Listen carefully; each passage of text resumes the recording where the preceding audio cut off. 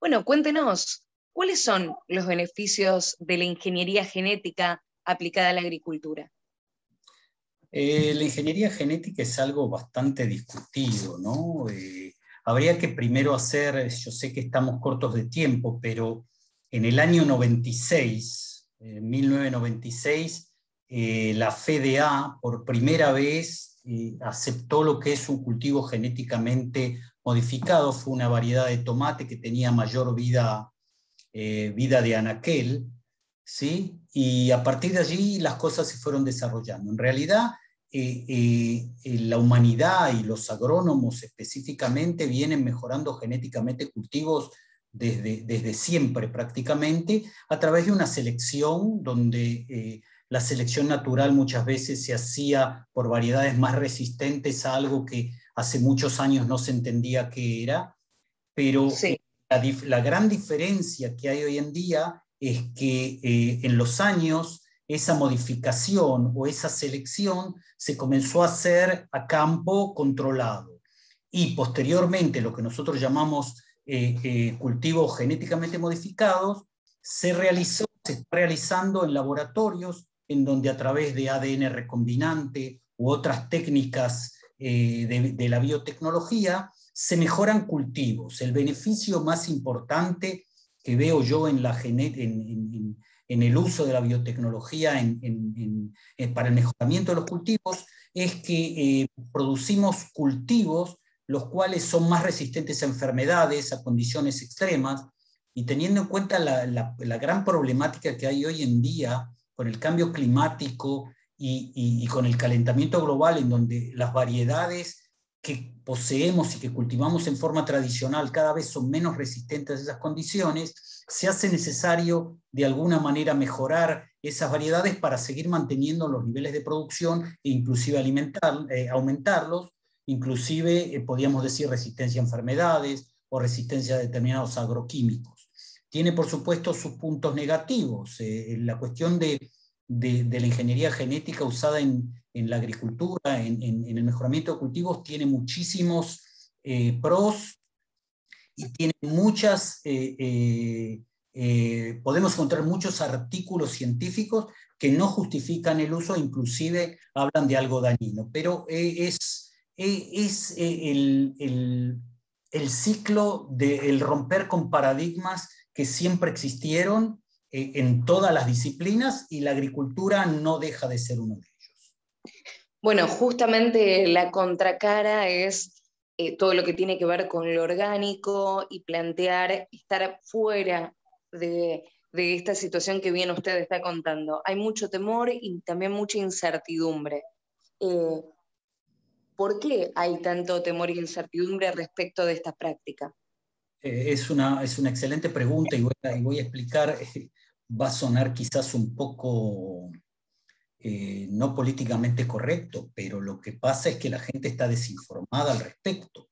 Nosotros los que nos dedicamos a eso no supimos valorar el verdadero peso que el consumidor tiene. Y el consumidor ciertamente tiene derecho a tener miedo de cosas que no conoce. Y nos encontramos hoy en día en un mundo de lo que yo en el artículo que tú comentas llamo de la posverdad, en donde cualquier persona en las redes sociales puede poner lo que quiera, nadie lo controla, y eso mucha gente al leerlo lo cree o lo cree lógico y lo adopta como ideología propia. Yo creo que en momentos como estos que estamos viviendo, lo más importante es justificar y encontrar justificativos científicos.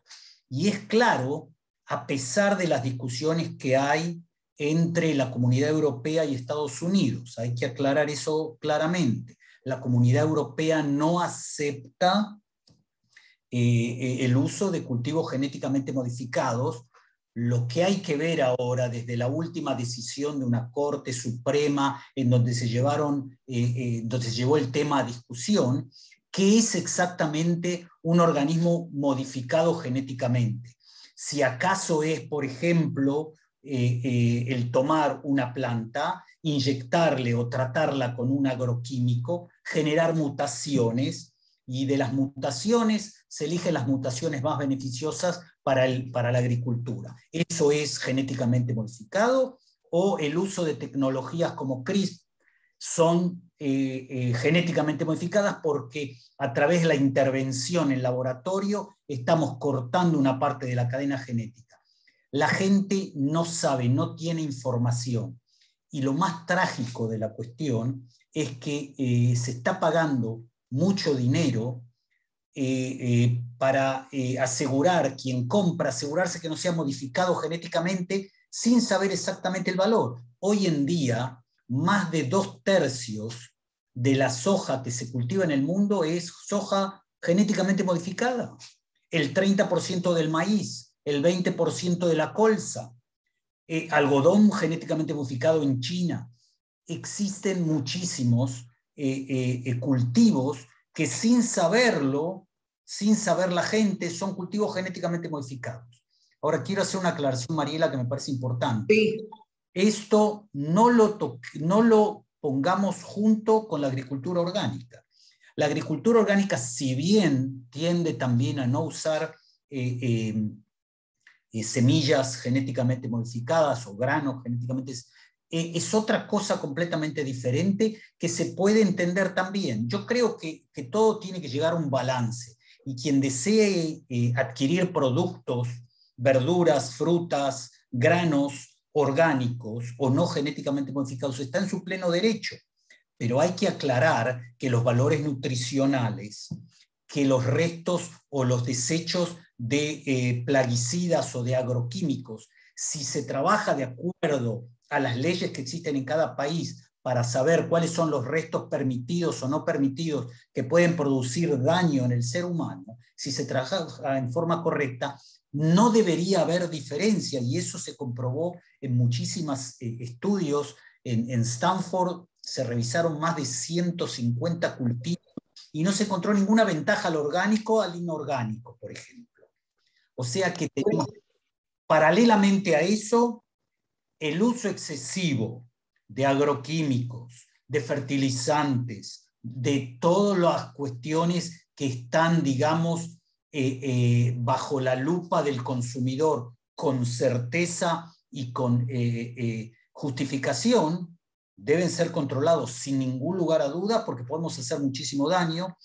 Y está como ejemplo lo que ocurrió en los años 80 del siglo pasado, en donde se vendieron paquetes tecnológicos, la gente lo usó excesivamente y se contaminaron suelos, se contaminaron aguas subterráneas, y a largo plazo el daño fue mayor que el beneficio en ese mismo momento. El punto es, por ejemplo, como bien lo estábamos conversando anteriormente, es el público, el consumidor que quiere comprar algún producto y tiene este temor de que esté genéticamente modificado. ¿Cómo sabe si es peligroso para el consumo o para su salud o no? ¿Hay alguna posibilidad de acceso a esa información? ¿Cómo sabe el consumidor si va a consumir, por ejemplo, un producto orgánico, que ese producto orgánico no le va a producir daño por algún motivo? Puedo dar un ejemplo muy claro. Vamos a suponer que tenemos dos parcelas, una en el mismo tipo de suelo, ¿sí? Nada más que una parcela no tiene historia de fumigaciones ni de uso de agroquímicos, y la otra sí. Y vamos a suponer que en el suelo una alta cantidad, en forma natural, de un metal, de los llamados metales pesados. ¿Alguno de ustedes piensa que ese cultivo que vamos a tener no va a absorber ese metal pesado, sea orgánico o no? Y vamos a encontrar mayor cantidad. Se va a encontrar. Es una cuestión de regulación. Los entes regulatorios tienen que probar y decir, este cultivo es genéticamente modificado, pero sus valores nutricionales son A, B, C, y no posee restos de A, B, C.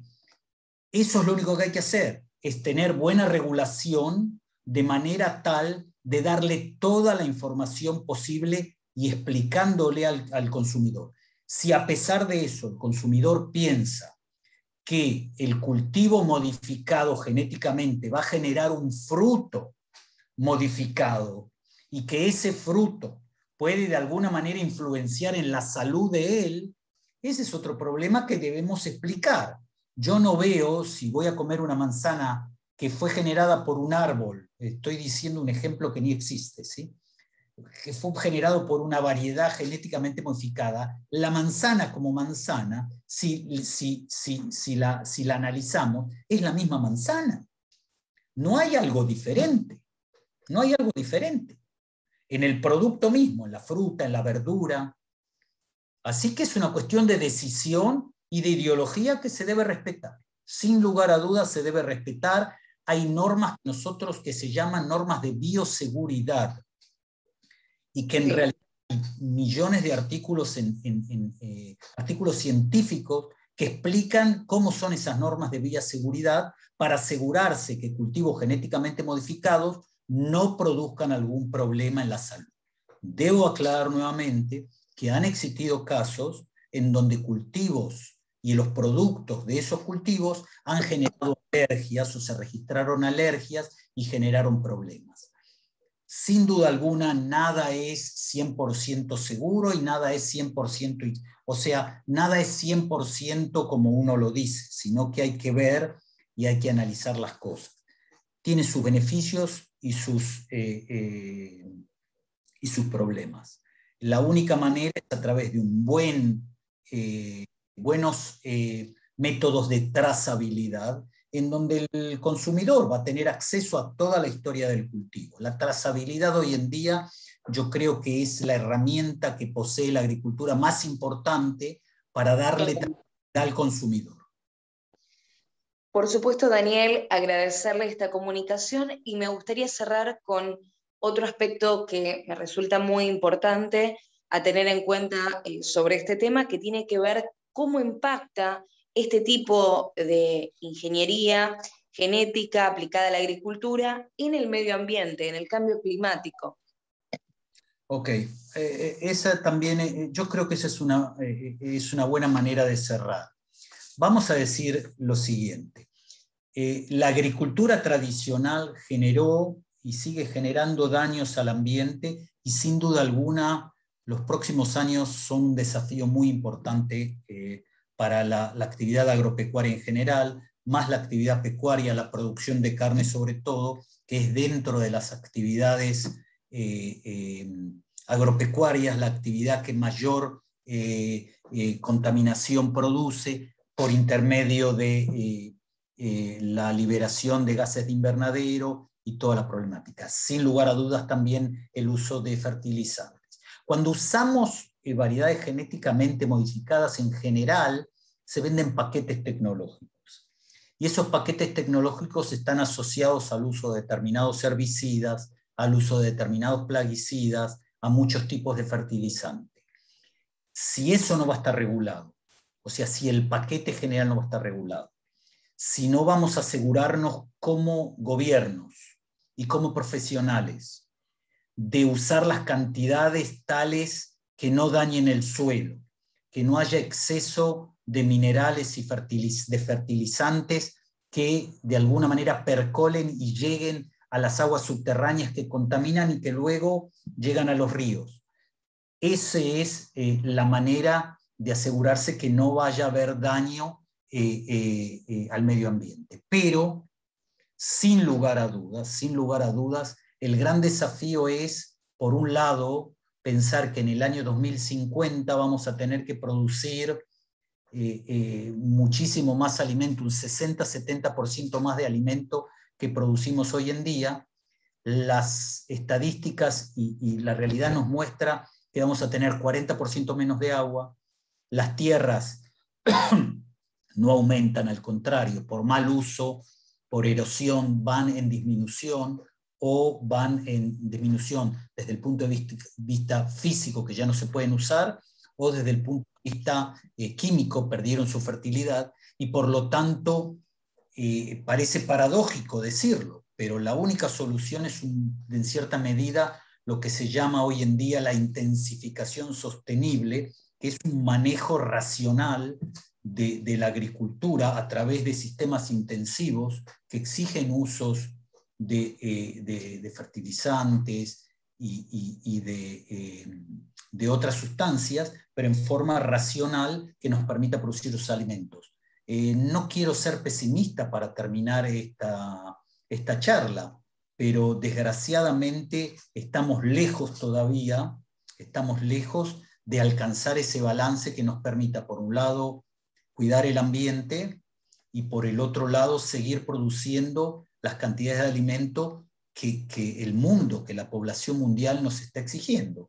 Y en este caso Argentina, como productor neto de productos agropecuarios y con superficies muy importantes, debe ya tomar conciencia y comenzar a producir en forma más racional, en forma más intensiva, pero por supuesto siempre cuidando el ambiente. Yo creo que se está comenzando a hacer un buen trabajo, quizás no suficiente, pero ya hay algunos buenos indicios de que parte de los agricultores en Argentina están teniendo conciencia de eso. Falta, por supuesto, mucho en la cuestión del agua, en donde se sigue regando por inundación, se pierde gran parte del agua,